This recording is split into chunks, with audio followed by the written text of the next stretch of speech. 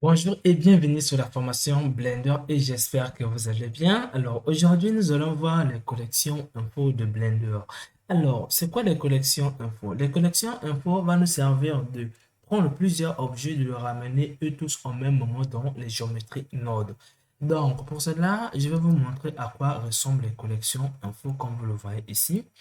Alors, le but de cette vidéo est de vous expliquer tous les paramètres qui se trouvent au niveau des collections info. Donc, pour cela, je vais revenir dans le layout ici. Je vais tout supprimer en cliquant sur A et je vais tout supprimer et même la collection que j'avais créée.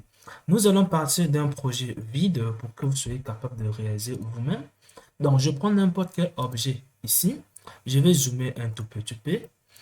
Une fois que vous avez votre objet ici, nous allons passer dans les géométries Node et je vais zoomer. Je vais cliquer sur New et là, nous avions deux nœuds.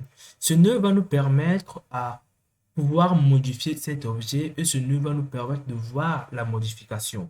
Donc, nous allons pas travailler avec cet objet, on va le supprimer, on va travailler avec un plan. Donc, vous allez venir dans les mèches et dans les mèches, vous allez prendre gris. Alors, une fois que vous avez connecté, il va maintenant nous rester de créer nos objets que nous allons importer. Donc, vous allez ajouter plusieurs objets. Donc, par exemple, l'écosphère, je fais juste G, Y, je mets à côté. Alors, je vous montre les touches de clavier qui sont là. Alors, je vais aussi créer Suzanne. Je fais G, Y, G, X, ensuite G, Y et je fais une rotation avec R, Z. Je vais en fait prendre ces deux objets, le ramener dans ma géométrie ici. Donc, comment le faire? Vous avez deux possibilités avec les collections info. Ce que vous allez faire, vous allez déjà créer un dossier. Si vous n'avez pas ce dossier, vous ne pouvez pas utiliser collection info. Donc, une fois que j'ai ce dossier, je vais pouvoir mettre tous mes objets que je vais importer ici dans ce dossier. Donc, je vais prendre Suzanne, je mets dans ce dossier. Je prends l'icosphère, je mets dans ce dossier. Et là, j'ai mes deux objets.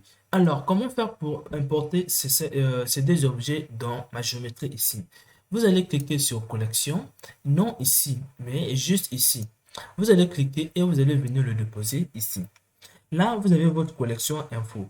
Alors, qui est déjà rempli, mais pour les curieux, pour ceux qui veulent voir comment l'utiliser ici, donc je vais le supprimer et je vais venir dans Input et dans Input, je prends collection info.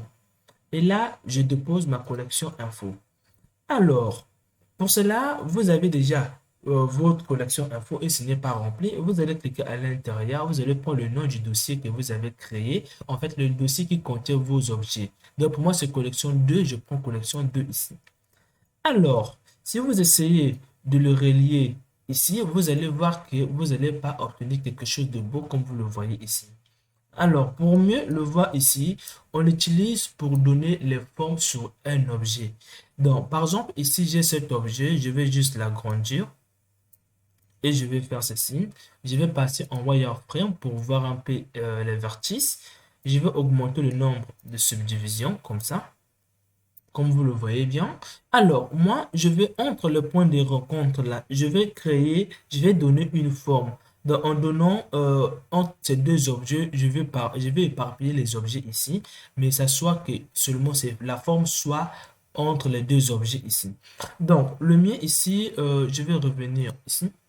Nous allons venir dans instance pour donner forme à nos objets qui sont là, on met ici. Une fois que vous avez pris ici, vous allez prendre votre collection ici et vous allez mettre ça sur instance. Et là, vous avez plein d'objets. C'est parce que quoi, nous avons plusieurs subdivisions.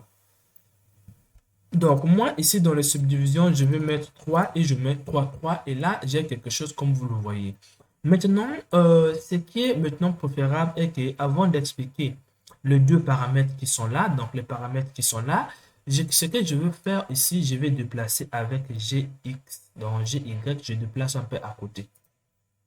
Alors, une fois que vous avez fait, alors, que veut dire original?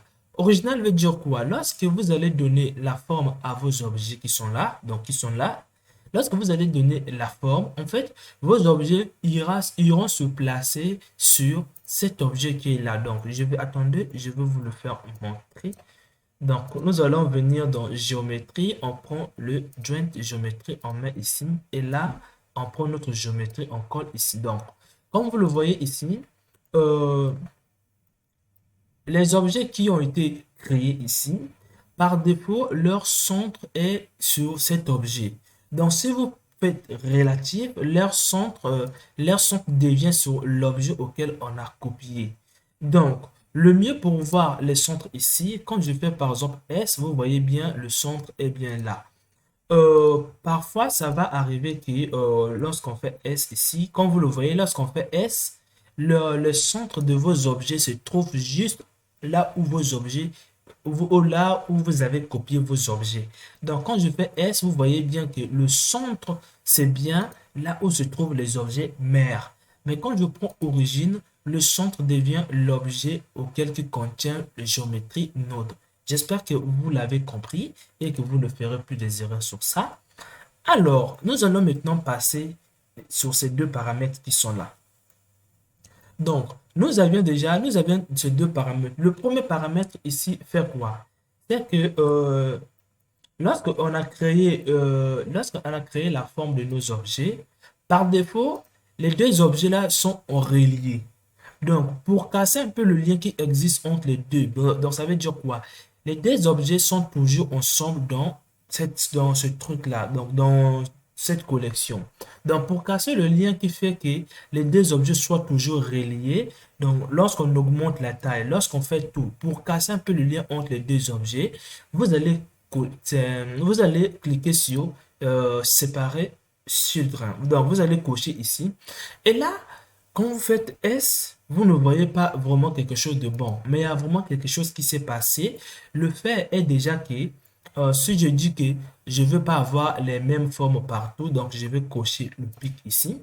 Comme vous le voyez ici, je ne vais pas avoir, mais si vous décochez ceci, regardez, vous avez toujours les mêmes formes partout. Donc, moi, si je coche ici, je dis que vous pouvez utiliser soit cet objet dans la géométrie. Donc, voilà pourquoi vous obtenez un peu ceci.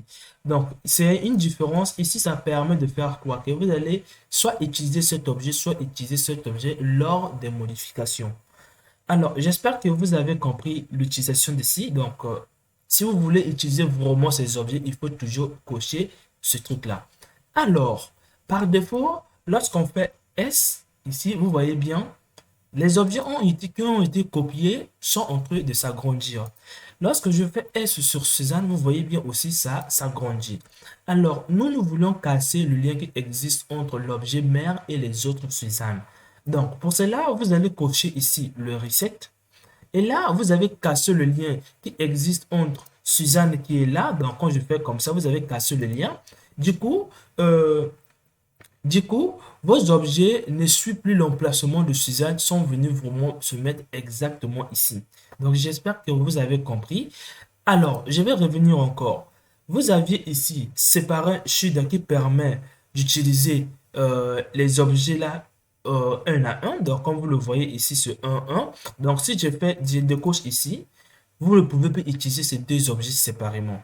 Donc, quand je coche ici, j'utilise ces deux objets séparément.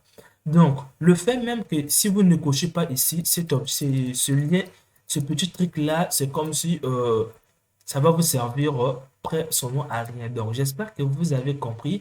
Pour casser le lien, comme vous le voyez, on n'a pas cassé le lien. C'est parce que quoi? Vous n'avez pas séparé les deux. Donc, il faut cliquer sur séparer et casser le lien entre l'objet mère et les autres objets. J'espère que vous avez compris cette vidéo. On se retrouve à la prochaine vidéo auquel je vais expliquer le color, qui est aussi très simple, mais on se retrouve à la prochaine vidéo.